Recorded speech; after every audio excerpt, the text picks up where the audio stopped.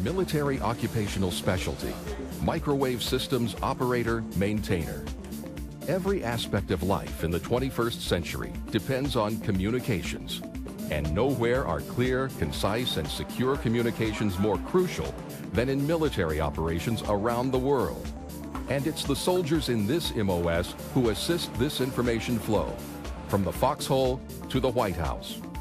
Because communications are sensitive, you must qualify for a secret clearance in this MOS.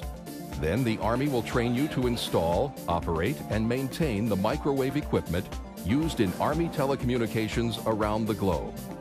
You'll begin training with basic electronics, the theory and principles of microwave radios, digital group multiplexing, and communications control equipment.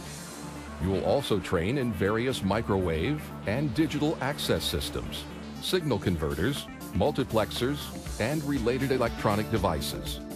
You'll train to operate and maintain a technical control facility, to make alignments and measurements and perform adjustments for consistent performance to standards.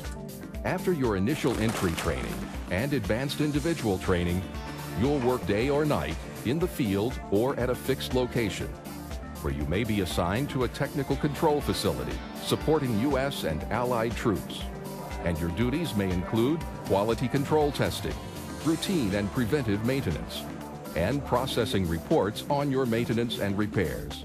In addition, you may operate digital multiplexing devices.